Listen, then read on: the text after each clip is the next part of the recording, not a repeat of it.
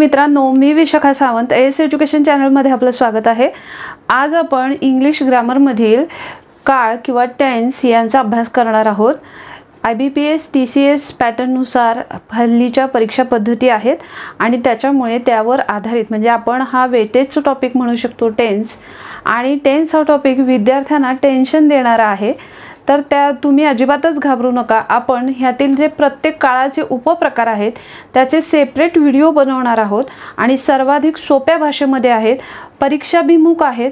TCS IBPS पॅटर्नचं तुम्हाला जे tension आहे तर ते टेन्शन घालवण्याचं मी काम करणार आहे। यावर आधारित कशा पद्धतीचे प्रश्न TCS IBPS पॅटर्नला विचारले गेले आहेत त्यावरही आपण व्हिडिओ बनवणार आहोत टॉपिक वाईज। मात्र तुम्हाला जर माझ्याबरोबर ते क्वेश्चन सोडवायचे असतील तर तुम्हाला आधी हे प्रत्येक टॉपिकचे बेसिक कन्सेप्ट्स ते ॲडव्हान्स कन्सेप्ट्स माहीत असणं गरजेचं आहे। तरच तुम्ही ते टॉपिक व्यवस्थित ते प्रश्न व्यवस्थित क्रॅक करू शकणार आहात, हँडल करू शकणार आहात आणि वेगळ्या आत्मविश्वासाने परीक्षेला तुम्ही जाऊ शकणार आहात। त्याच्यामुळे हे बेसिकपासून शिकवलं आहे, हे खूपच स्लो शिकवलं आहे असल्या याच्यामध्ये न पडता तुम्हाला सोप्या भाषेमध्ये आणि अगदी बारीक सारीक गोष्टीही न वगळता व्यवस्थित शिकवण्याचा इथं माझा मानस आहे, जेणेकरून आपल्या महाराष्ट्रातील विद्यार्थ्यांना जे इंग्लिश ग्रामर अवघड जातं, माझी खात्री आहे हे व्हिडिओ बघितल्यानंतर तुमचा इंग्लिश ग्रामरचा कॉन्फिडन्स वाढेल आणि अतिशय आत्मविश्वासाने तुम्ही परीक्षेला जाल। व्हिडिओ सुरू करण्याआधी नेहमीची आग्रहाची विनंती, जे विद्यार्थी चॅनलला नवीन असतील त्यांनी चॅनलला सबस्क्राईब करायला विसरायचं नाही आणि व्हिडिओ लाईक करायचा आहे। लाईक करायला पैसे पडत नाहीत आणि शेअर करायला त्याहून पैसे पडत नाहीत। आपल्यासारख्या तुमच्यासारख्याच गरजू विद्यार्थ्यांपर्यंत हा व्हिडिओ पोहोचणं गरजेचं आहे आणि त्यासाठी लाईक आणि शेअर नक्की करायचं आहे। तर आजचा आपला भाग आहे किंवा आजचं टॉपिकचं नाव आहे टेन्स, जे तुम्हाला जास्त टेन्शन देतं। तर टेन्स म्हणजेच काय, मराठीमध्ये त्याला म्हणतात काळ। काय गरज आहे ह्या टॉपिकची आपल्याला किंवा का शिकायचं आहे, तर एक तर परीक्षेला वेटेजनी आहे। IBPS TCS पॅटर्ननुसार याच्यावर खूप प्रश्न विचारले जातात, स्पॉट दी एरर वगैरे वगैरे, आणि त्याच्यामुळे आपण बारीक सारीक गोष्टी ज्या काळमधल्या आहेत किंवा टेन्समधल्या आहेत त्या शिकणार आहोत। आणि खात्री आहे या टॉपिकचे सर्व व्हिडिओ तुम्ही पहिल्यापासून शेवटपर्यंत व्यवस्थित बघितलं तर कुठलंही टेन्सचं वाक्य तुम्ही पटकन ओळखू शकणार आहात विदिन सेकंड। आलं लक्षात? तर फक्त ट्रिक्सच नाही, आपण ट्रिक्स सांगणार आहे, मात्र बेसिक कन्सेप्ट क्लिअर होणं गरजेचं आहे। त्याच्यामुळे नुसतं ट्रिक्स करून माझ्या मागे लागू नका, मग तुमची या चॅनलवर 100% निराशा होणार आहे। ट्रिक्सच्या मागे लागणारी मुलं मला आवडत नाहीत, कारण काय की नुसतं ट्रिक्स या सगळीकडे लागू होत नाहीत। ज्यावेळेला आपण हे सगळं शिकणार आहे त्यावेळेलाच तुम्हाला ट्रिक्स समजणार, अन्यथा समजणार पण नाहीत। त्याच्यामुळे तुम्ही हा टॉपिक पहिल्यापासून शेवटपर्यंत नक्की बघायचा आहे। टेन्स किंवा काळ याच्यामध्ये काय समजतं आपल्याला, तर क्रिया नक्की कधी घडली आहे, आता घडते आहे, क्रिया घडून गेली आहे की क्रिया पुढे कधीतरी घडेल, हे समजण्याचं हे सांगण्याचं काम काय करत असतं टेन्स। थोडक्यात काय, टाईम किंवा काळ समजण्यासाठी टेन्स हे व्याकरणामध्ये आलेले आहेत। मग ह्याच्यामध्ये जसं बघा, I write a letter, I write a letter म्हणजे मी पत्र लिहितो, मी पत्र लिहितो म्हणजे सध्या क्रिया सुरू आहे, बरोबर आहे। आय रोट अ लेटर, मी पत्र लिहिले, मी पत्र लिहिले। पुढचं बघा, आय शॅल, इथे शॅल किंवा विल काही पण वापरू शकता। I shall write a letter म्हणजे मी पत्र लिहीन, मी पत्र लिहीन। आता इथले ही तिन्ही वाक्य बघितलं, लिहितो, लिहिले, लिहीन, हे जे आहे याच्यावरून इथं क्रिया सध्या आता सुरू आहे, इथं क्रिया पूर्ण झालेली आहे, इथं क्रिया पुढे कधीतरी घडेल असं दर्शवलेलं आहे। मग हे क्रिया आता घडते आहे का क्रिया पुढे कधीतरी घडेल किंवा क्रिया घडून गेली आहे, हे कशावरून आपल्याला कळतं, तर हे मी जे राऊंड केलेले वर्ड्स आहेत त्यांना मराठीमध्ये क्रियापद असं म्हणतात आणि इंग्लिशमध्ये वर्ब असं म्हणतात। म्हणजे वर्बवरून आपल्याला क्रिया आता घडणार आहे, क्रिया घडून गेली आहे की क्रिया पुढे कधीतरी घडेल हे कळतं, आणि वर्ब हे जर आपल्याला म्हणजे जर आपल्याला टेन्स योग्य कळायचे असतील तर आपल्याला व्हर्बचे जे फॉर्म्स आहेत म्हणजे मिनिमम एकूण व्हर्बचे जे फॉर्म आहेत ते 5 आहेत. 5 पैकी आपल्याला 3 फॉर्म्स तरी आलेच पाहिजेत. जसं राईट, रोट, रिटन वगैरे असले जे आहेत ते फॉर्म आपल्याला आले पाहिजेत. तर ते तुम्ही वाचणं गरजेचं आहे. तुमच्याकडे नसतील तर मला तसं सांगा, त्या टाईपचा आपल्याला व्हिडिओ टाकता येईल. इथं मी इमॅजिन काय करते की बेसिक एक तुम्हाला व्हर्बचे निदान 3 तरी फॉर्म माहीत पाहिजेत आणि त्याच्यावरून थोडक्यात काय की जर आपल्याला टेन्स यायचे असतील तर त्याच्यामधला सर्वाधिक महत्त्वाचा पॉईंट काय आहे, व्हर्ब आणि त्याचे 3 काय आहेत फॉर्म. शिवाय तुम्हाला सब्जेक्ट, ऑब्जेक्ट हेही माहीत पाहिजे. सब्जेक्टला आपण म्हणजे ह्याच्यासाठी आपण S+V+O S+V+O हा फॉर्म्युला म्हणजे S म्हणजे सब्जेक्ट, V म्हणजे व्हर्ब, O म्हणजे ऑब्जेक्ट असे शॉर्टकट्स वापरणार आहोत. ते मी तुम्हाला वाक्य ज्यावेळेला आपण सोडवणार आहोत त्यावेळेला सांगेन. थोडक्यात काय की क्रिया आत्ता सध्या घडते आहे किंवा क्रिया घडून गेली आहे किंवा क्रिया पुढे कधीतरी घडेल असे दर्शवणारे शब्द असतात ते काळातून व्यक्त होतात आणि त्यांनाच काय म्हणतात, टेन्स असं म्हणतात. टाईम सांगण्याचं कार्य करतात. तर या टेन्सचे मुख्य प्रकार आहेत 3. प्रेझेंट टेन्स म्हणजेच काय, वर्तमान काळ. पास्ट टेन्स म्हणजे भूतकाळ आणि फ्युचर टेन्स म्हणजेच भविष्यकाळ असे त्याचे मुख्य 3 प्रकार आहेत. मग प्रेझेंट टेन्स म्हणजेच काय की क्रिया आता सध्या घडते आहे असं दर्शवणारा जो काळ असतो त्याला प्रेझेंट टेन्स किंवा वर्तमान काळ, सध्या क्रिया घडते आहे. पास्ट टेन्स एखादी क्रिया घडून गेली आहे. For example I wrote a letter, माझं पत्र लिहून झालं आहे म्हणजे इथं क्रिया घडून गेली आहे हे दर्शवणारा काळ म्हणजेच काय, पास्ट टेन्स. फ्युचर टेन्स म्हणजे क्रिया पुढे कधीतरी घडेल हे दर्शवणारा काळ. I shall write a letter म्हणजे मी पत्र लिहीन म्हणजे इथे क्रिया घडण्याचं अनिश्चितता असते. इथं क्रिया घडून गेलेली असते आणि इथं क्रिया घडत असते. थोडक्यात काय, प्रेझेंट टेन्स, पास्ट टेन्स आणि फ्युचर टेन्स हे काळाचे मुख्य 3 प्रकार आहेत हे लक्षात घ्या. आणि ह्या तिघांचे हे जे 4 आहेत ते प्रत्येकाचे 4 उपप्रकार आहेत. त्यातला पहिला उपप्रकार आहे म्हणजे प्रेझेंट टेन्सचा सिंपल प्रेझेंट टेन्स किंवा त्याला सिंपललाच इनडेफिनिट टेन्स असंही म्हणतात. सिंपललाच काय म्हणतात, इनडेफिनिट टेन्स असंही म्हणतात. म्हणजे सिंपल प्रेझेंट किंवा indefinite tense, present continuous tense, present perfect tense, present perfect continuous tense असे त्याचे प्रकार पडतात. मग आता हे उपप्रकार आपण मराठीमध्येही अभ्यासलेत. पाहिजे तर तुम्ही आधी माझा मराठीचा व्हिडिओ बघून घ्या, त्याच्यात आणि ह्याच्यामध्ये फारसं काही हे नाही आहे. आता बघा, सिंपल किंवा इनडेफिनिट टेन्स म्हणजेच काय, कोणताही साधा काळाचं वाक्य. कंटिन्युअस टेन्स म्हणजे एखादी क्रिया चालू आहे, अपूर्ण आहे असं तर म्हणजे दाखवलेली आहे अपूर्ण असं असेल तर त्याला कंटिन्युअस टेन्स असं म्हणतात. परफेक्ट टेन्स म्हणजे क्रिया पूर्ण झालेली असेल तर त्याला परफेक्ट टेन्स असं म्हणतात. आणि परफेक्ट कंटिन्युअस टेन्स म्हणजे क्रिया पूर्ण झालेली असते पण ती सातत्याने चालू असते असं जिथं दाखवलेलं असतं त्याला परफेक्ट कंटिन्युअस टेन्स असं म्हणतात. तर लक्षात काय ठेवायचं ओव्हरऑल की काळाचे मुख्य प्रकार 3, प्रेझेंट, पास्ट अँड फ्युचर. आणि ह्या तिघांचेही प्रत्येकी 4 उपप्रकार म्हणजे प्रेझेंटचे हे 4 उपप्रकार, पास्टचे हे 4 उपप्रकार आणि फ्युचरचे हे 4 उपप्रकार. आपण हे इंडिव्हिज्युअली प्रकार अभ्यासणार आहोत. तो म्हणजे प्रेझेंट टेन्स. प्रेझेंट टेन्स म्हणजेच काय, प्रेझेंट टेन्सलाच वर्तमान काळ असं म्हणतात. काय म्हणतात, वर्तमान काळ. प्रेझेंट टेन्स म्हणजेच वर्तमान काळ. तर ह्या वर्तमान काळाचे जे 4 उपप्रकार आहेत त्यातला पहिला उपप्रकार आहे सिंपल प्रेझेंट टेन्स. यालाच प्रेझेंट इनडेफिनिट टेन्स असं पण म्हणतात. काय लक्षात ठेवायचं आहे की प्रेझेंट टेन्समधला पहिला उपप्रकार आहे सिंपल प्रेझेंट टेन्स. यालाच प्रेझेंट इनडेफिनिट टेन्स म्हणजेच साधा वर्तमान काळ असं म्हणतात. काय म्हणतात, साधा वर्तमान काळ. आता साधा वर्तमान काळी वाक्य कशी लक्षात ठेवायची, काय असतात साधा वर्तमान काळी वाक्य. मग ह्याच्यामध्ये एक सूत्र आहे, नियम. नियम किंवा रूल. रूल काय आहे, पहिला सब्जेक्ट असतं, त्यानंतर व्हर्बचा फर्स्ट फॉर्म असतो, त्यानंतर ES, त्या व्हर्बला S किंवा ES जोडलेलं असतं, प्लस ऑब्जेक्ट असतं, आणि शेवटी काय असतं, ऑब्जेक्ट असतं.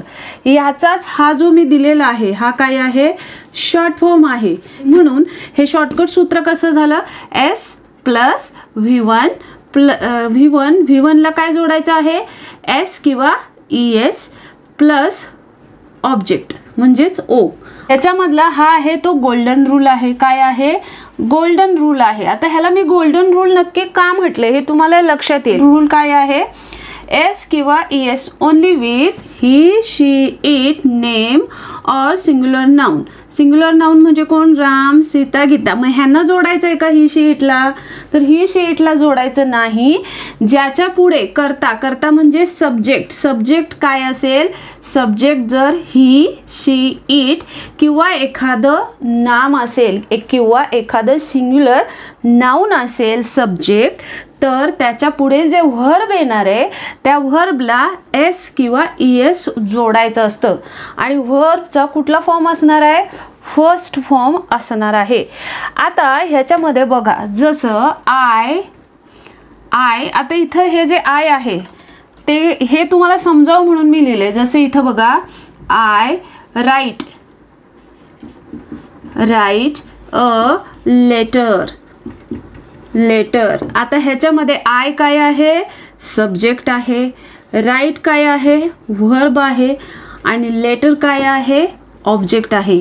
हे राईट, रोट, रिटन, 3 फॉर्म काय होतात व्हर्बचे ह्या, write first form, second form wrote, third form काय होतं, रिटन हा होतो. मग हा काय व्हर्बचा फर्स्ट फॉर्म आहे. मग आता इथं बघा, आपण हे राईट लिहिले, पण S किंवा ES लिहिलंय का, नाही लिहिलं.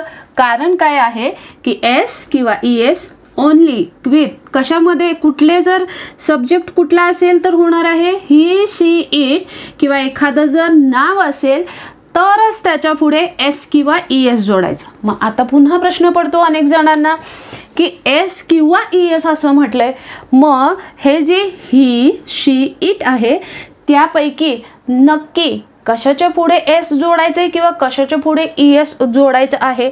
तर बघा, जर इथे नियम आहेत त्याच्यासाठीचं, ह्याचं स्क्रीनशॉट नक्की काढून ठेवा, हे उपयोगाची माहिती आहे. क्रियापदाला S किंवा ES प्रत्यय कधी लावावेत, सफिक्स, प्रत्ययाला काय म्हणतात, सफिक्स, कधी लावावेत, तर क्रियापदाच्या शेवटी जर व्यंजन म्हणजेच काय, कॉन्सोनंट, व्यंजन म्हणजेच कॉन्सोनंट असेल तर काय लावायचं असतं, S लावायचं असतं. फॉर एक्झाम्पल, जर क्रियापद असेल इट, क्रियापद काय असेल इट, तर S लावायचं असतं. म्हणजे कसं होईल तयार, इट्स असं तयार होईल. आणि जर क्रियापद असेल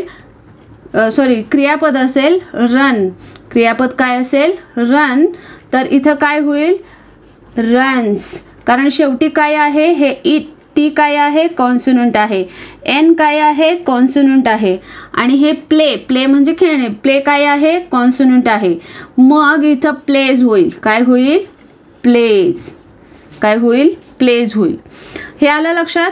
किंवा S कधी जोडायचं आहे, S केव्हा जोडायचं आहे, जर क्रियापदाच्या शेवटी व्यंजन म्हणजेच कॉन्सोनंट असेल तर S जोडायचं आहे. पुढचं बघा, क्रियापदाच्या शेवटी जर A-E-I-O-U स्वर असेल तर ES जोडायचं. शिवाय जर S असेल, SH असेल, CH असेल, O असेल, X असेल तर काय जोडायचं आहे, ES जोडायचं आहे. फॉर एक्झाम्पल, राईट असं असेल तर राईट इथे शेवटी काय आहे, ई आहे. मग ह्याचं कसं होईल, राईट्स असं होईल.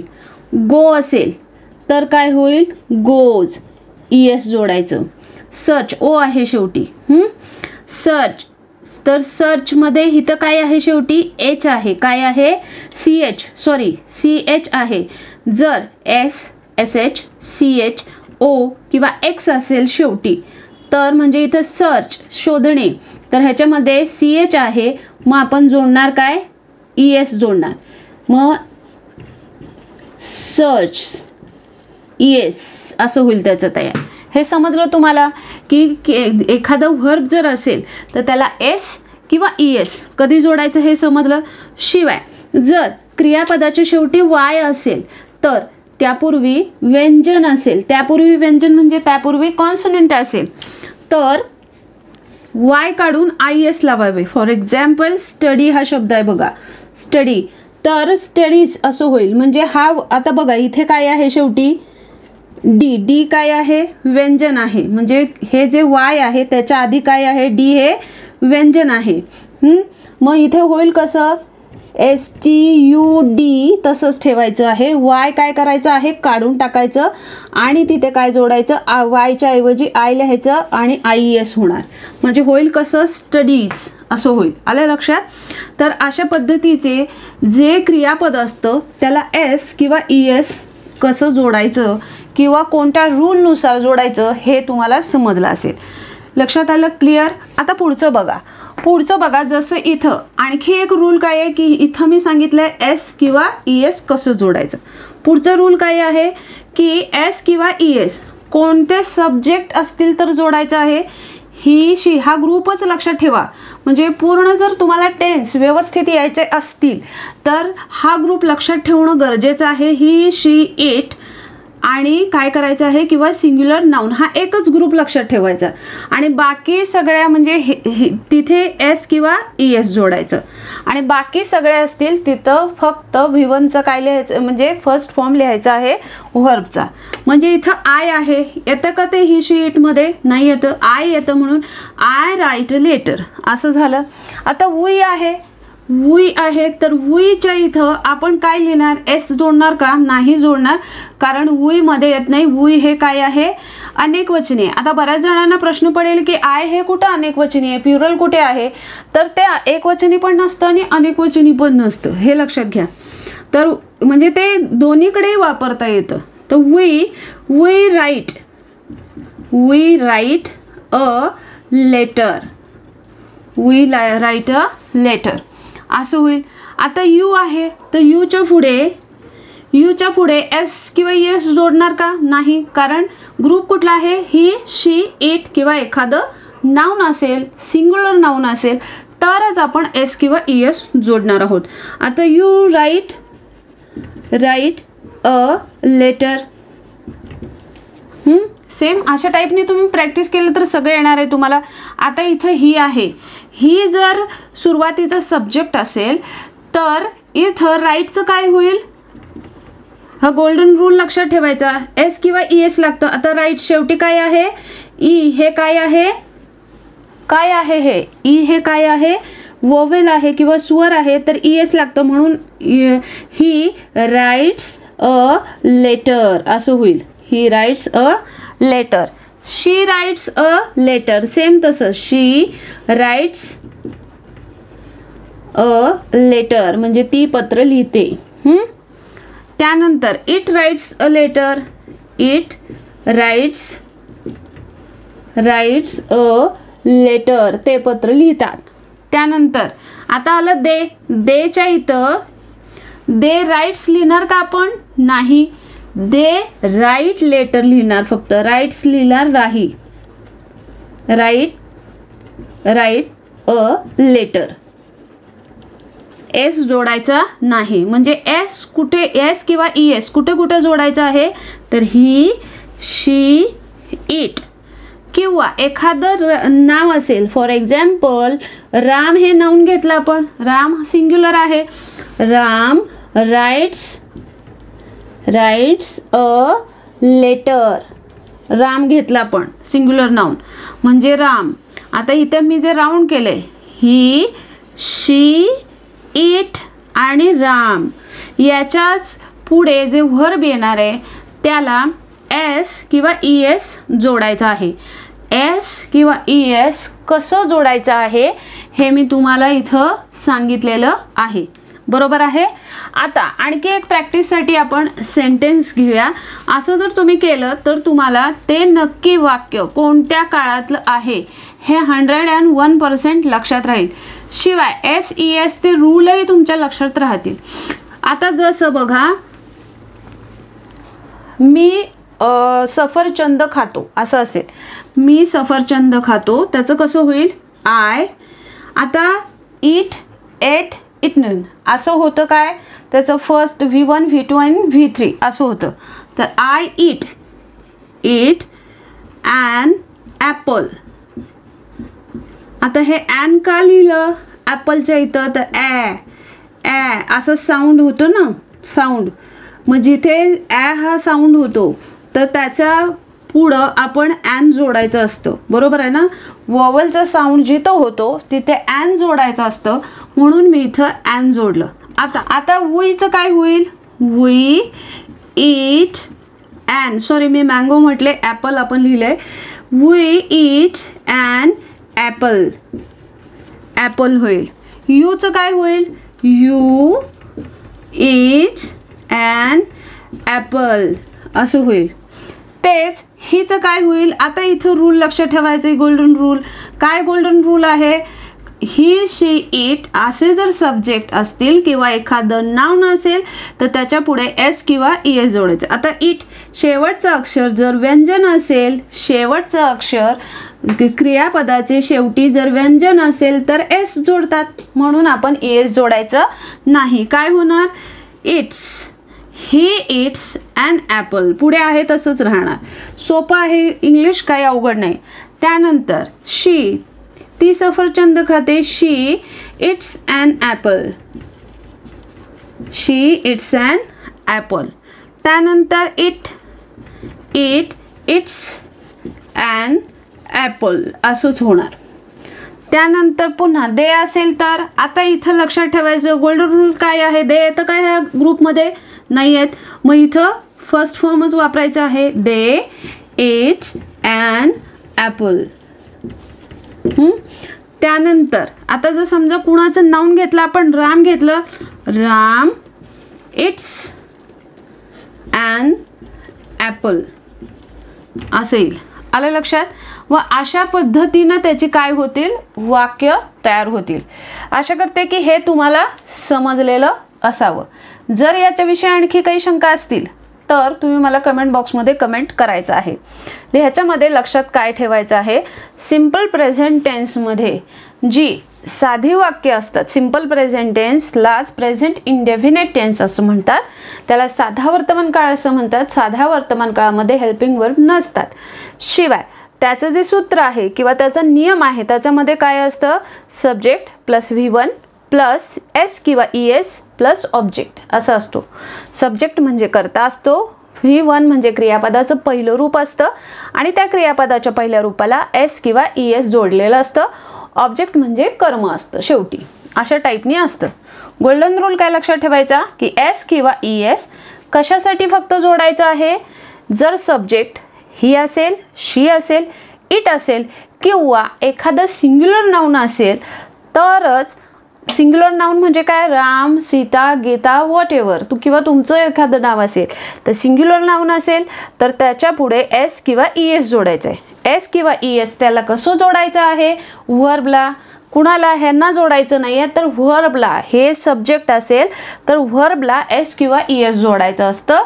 सब्जेक्ट कुठले? ही, she, it and singular noun असेल तर मग व्हर्बला S किंवा ES कसं जोडायचं त्याचे हे नियम आहेत. तुम्ही स्क्रीनशॉट काढू शकता.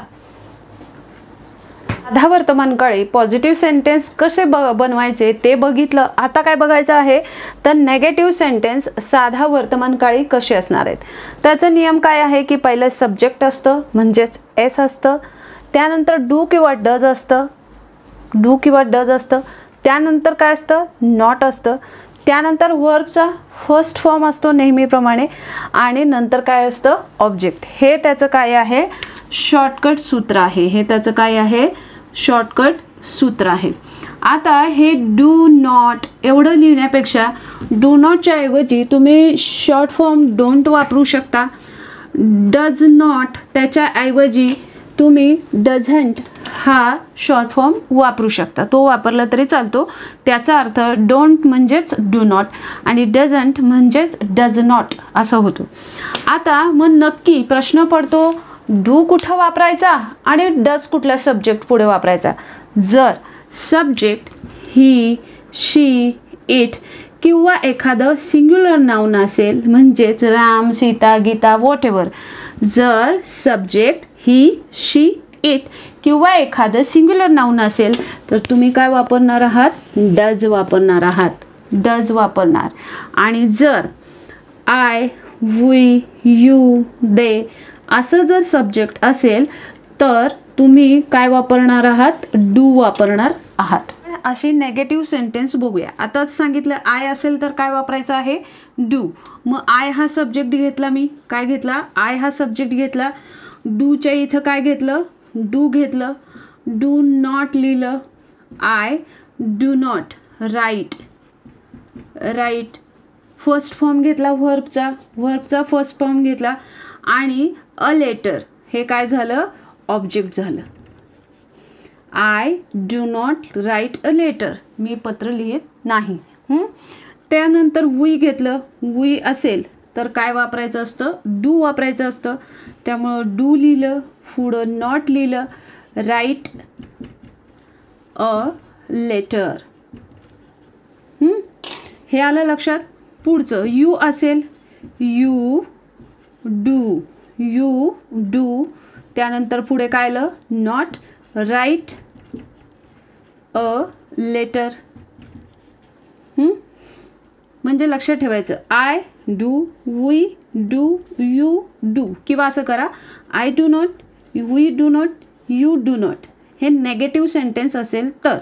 आलं लक्षात. आता काय आलं, हा ग्रुप आला, ही, शी, इट आणि सिंग्युलर नाउनचा ग्रुप आला की तिथं काय वापरायचं असतं, डज वापरायचं असतं. म्हणून काय लिहायचं, ही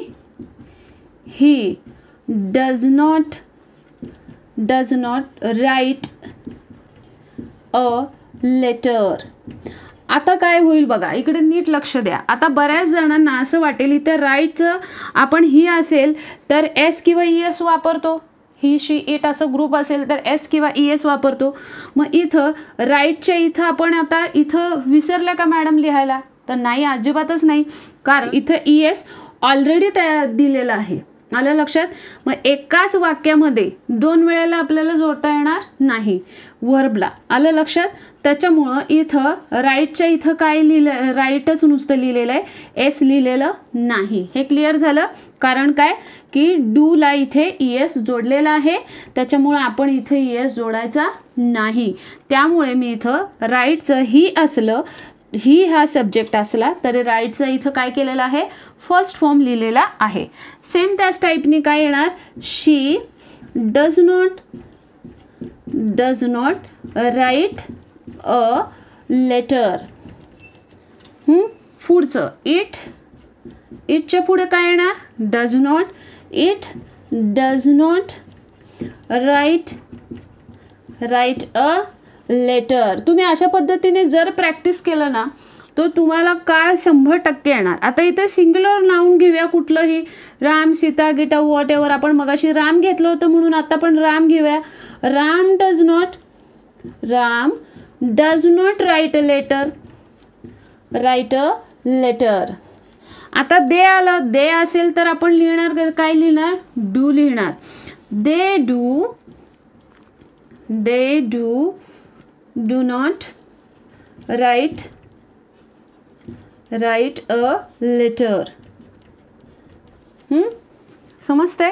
मग अशा पद्धतीने आता डू कुठे जोडायचा आणि डज कुठे जोडायचा हे जर कळत नसेल तर एक तर तुम्ही ही, शी, इट किंवा सिंग्युलर नाउन असेल तर does, I, we, you, they असेल तर डू.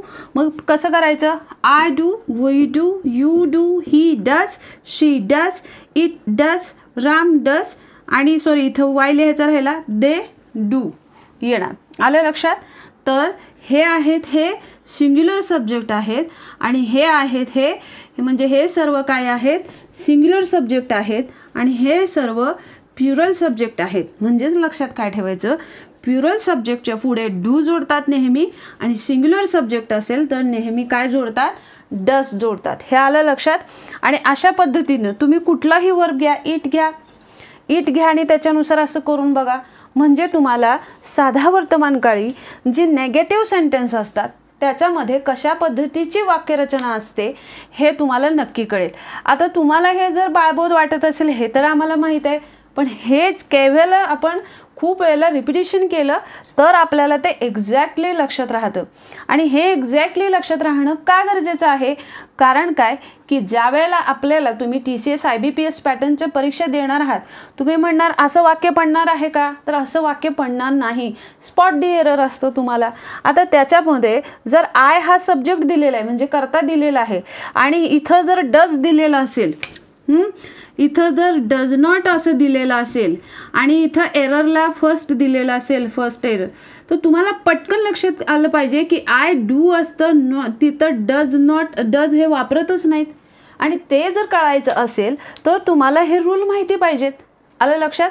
आणि म्हणून हे वाक्य लिहायला तुम्हाला वाटत असेल हे तर आम्हाला समजलं, परंतु हे खूप बेसिक वाटते, बाळबोध वाटते, परंतु हेच बेसिक नियम आपण जोपर्यंत एखाद्या गोष्टीचं रिपिटेशन करत नाही तोपर्यंत लक्षात राहत नाही. आणि इंग्लिश ग्रॅमर जर तुमचं परफेक्ट व्हायचं असेल तर रिपिटेशन आणि थोडेसे कष्ट एकत्र करा, तुम्ही इंग्लिश बोलायलाही शिकणार आणि इंग्लिश ग्रॅमर तुम्हाला अगदी व्यवस्थित येणार. इंग्लिशमध्ये साधा वर्तमानकाळी प्रश्नार्थी वाक्य असतात त्यांनाच इंटरोगेटिव्ह सेंटेन्स असं म्हणतात. मग ह्याचा नियम काय आहे की जे इंटरोगेटिव्ह साधा वर्तमानकाळी सेंटेन्स असतात त्यांच्या सुरुवातीला डू किंवा डज येतं, प्लस काय असतं, सब्जेक्ट असतं, प्लस काय असतं, वर्बचा फर्स्ट फॉर्म असतो आणि प्लस काय असतं, ऑब्जेक्ट असतं.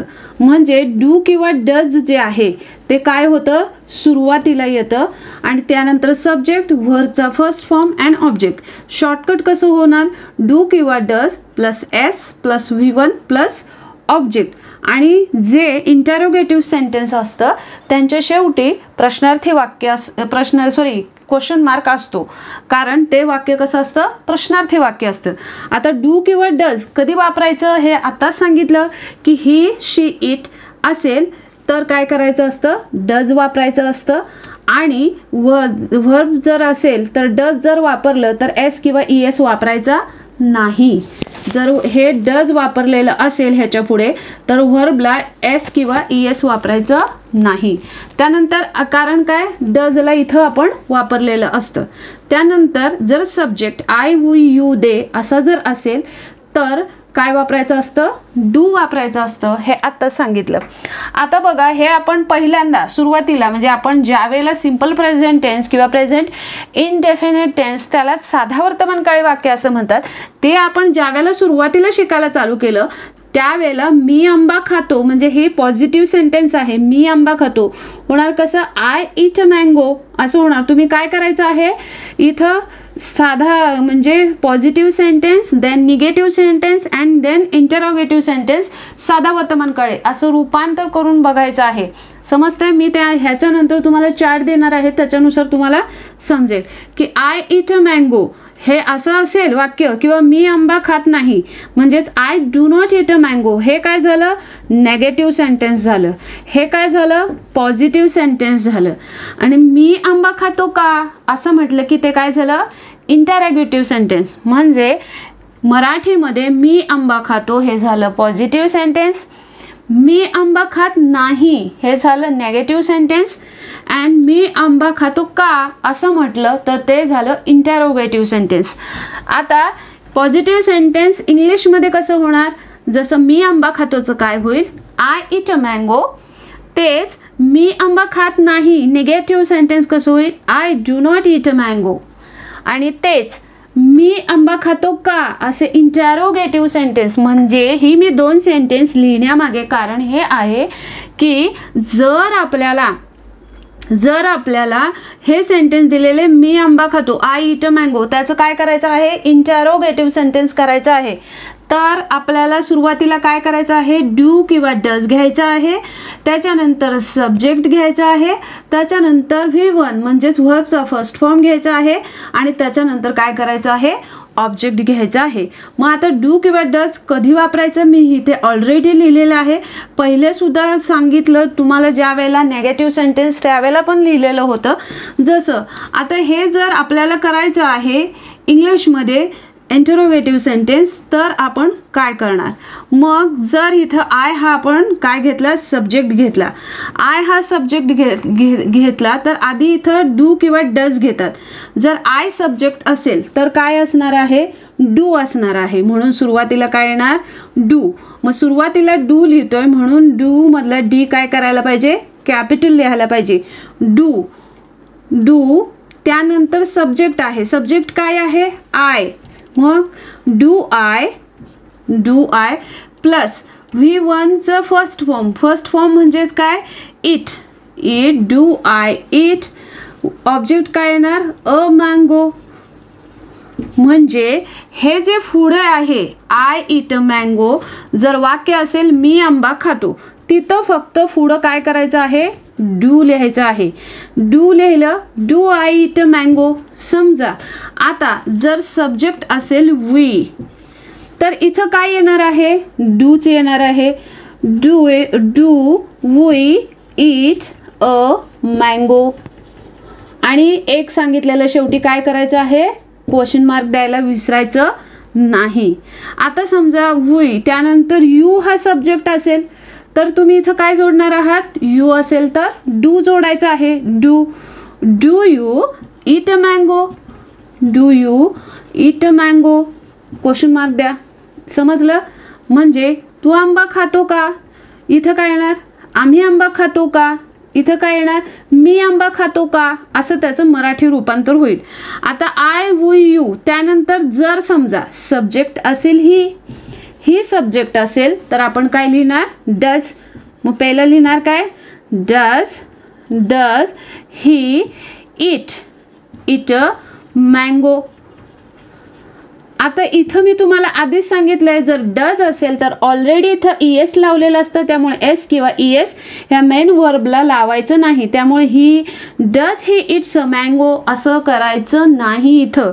हे केव्हा रूल लागू होतो? जर हे वाक्य जर असं असेल, इथं सब्जेक्ट ही असेल तर ही इट्स अ मँगो असं झालं असतं।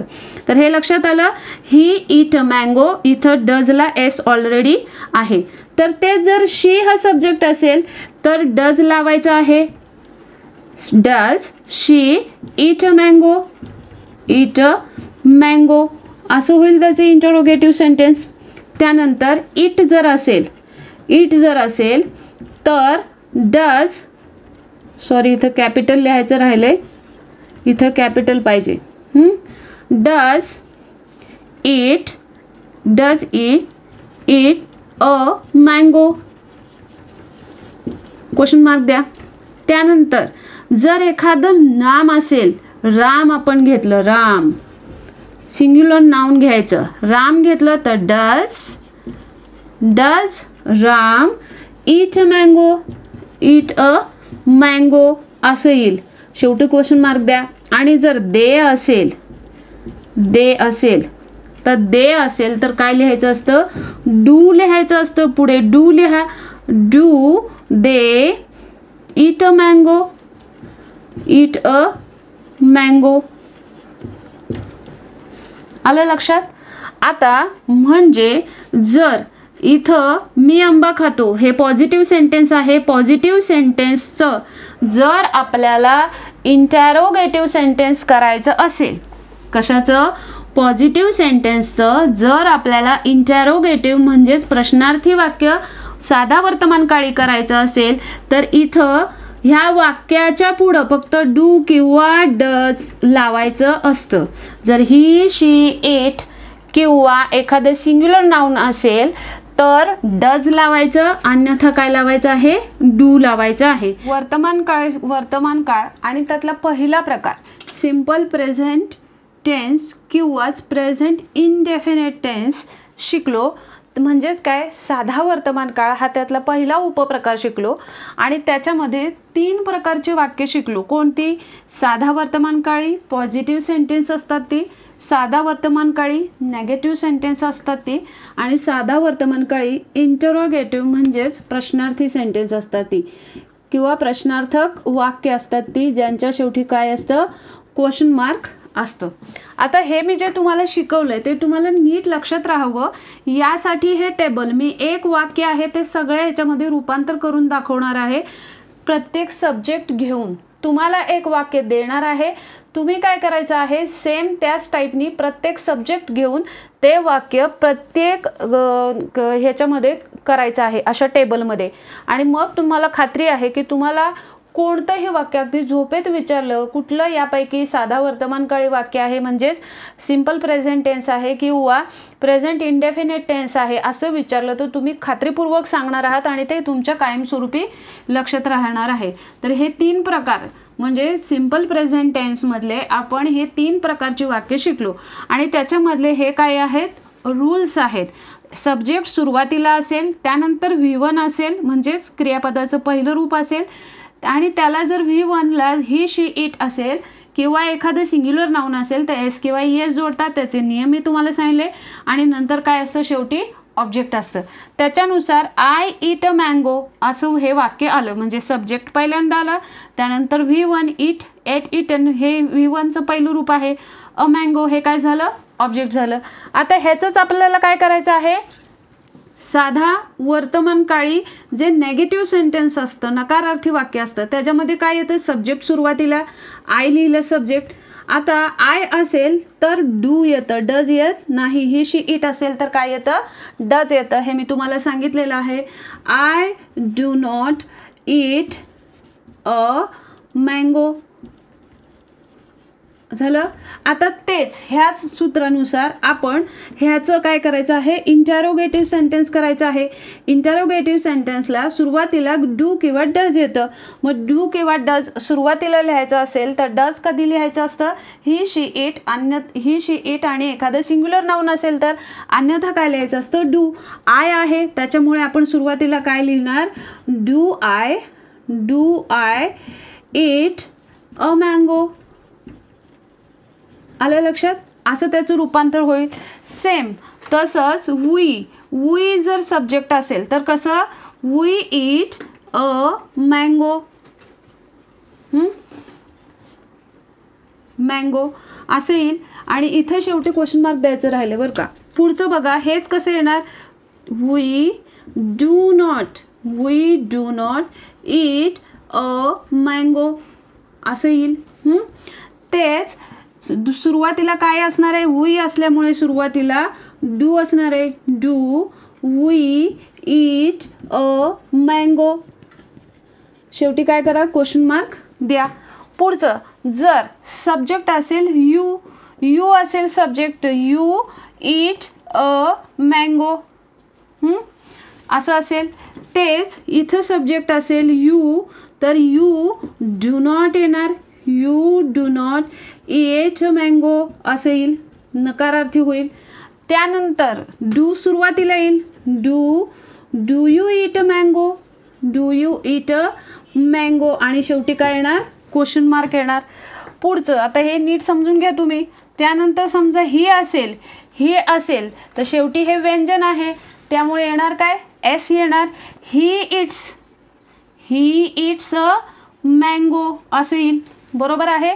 आता इथला फरक लक्षात येईल तुम्हाला नक्की काय आहे.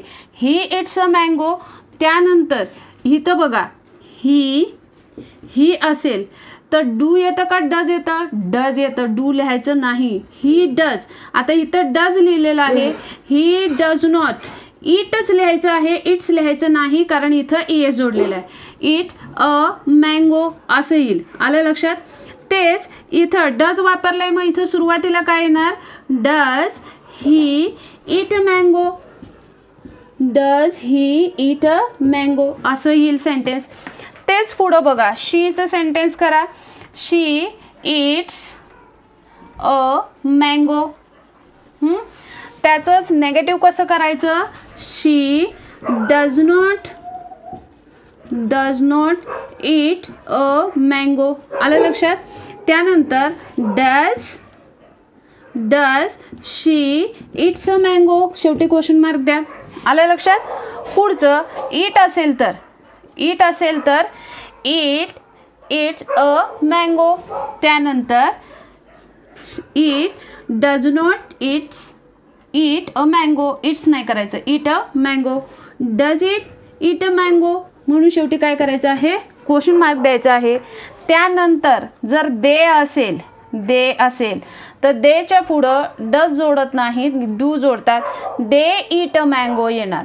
दे ईट अ मँगो असं येईल. दे ईट अ मँगो. आणि इथं काय येणार, दे do not eat a mango असं येईल. आलं लक्षात.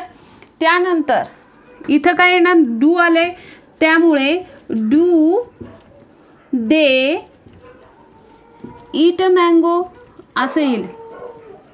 आणि शेवटी काय द्या, क्वेश्चन मार्क द्या.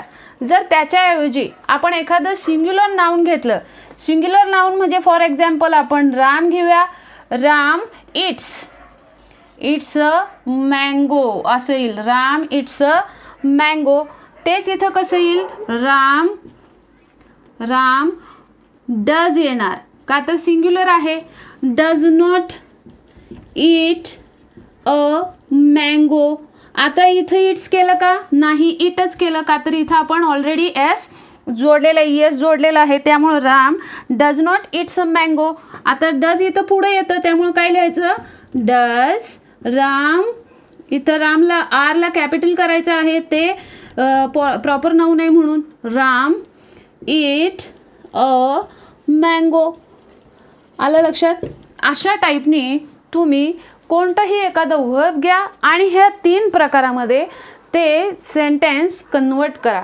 आणि मग 100% तुम्हाला सिम्पल प्रेझेंट टेन्स म्हणजेच प्रेझेंट इनडेफिनेट टेन्स म्हणजेच साधा वर्तमानकाळी वाक्याचे हे जे 3 प्रकार आहेत, की एक पॉझिटिव्ह सेंटेन्स असतं, then negative and interrogative sentence, तर ते कशा प्रकारे आपण कन्व्हर्ट करायचं. एखादं जर नेगेटिव्ह सेंटेन्स दिलेलं असेल तर त्याचं इंटरोगेटिव्ह कसं करायचं, इंटरोगेटिव्ह असेल तर नेगेटिव्ह कसं करायचं, त्याचे नियम काय आहेत म्हणजे रूल काय आहेत, हे तुमच्या डेफिनेटली लक्षात राहील. मी ज्या टाईपने तुम्हाला करून दाखवलंय त्याच पद्धतीने तुम्ही काय करायचं आहे, कोणताही एक साधा वर्तमानकाळी सेंटेन्स घ्यायचा आहे आणि हे तिन्ही प्रकारामध्ये कन्व्हर्ट करून बघायचं आहे. आशा करते की हा व्हिडिओ तुम्हाला अतिशय उपयोगी पडेल. व्हिडिओ आवडला असेल तर लाईक, शेअर आणि सबस्क्राईब करायला विसरू नका. धन्यवाद.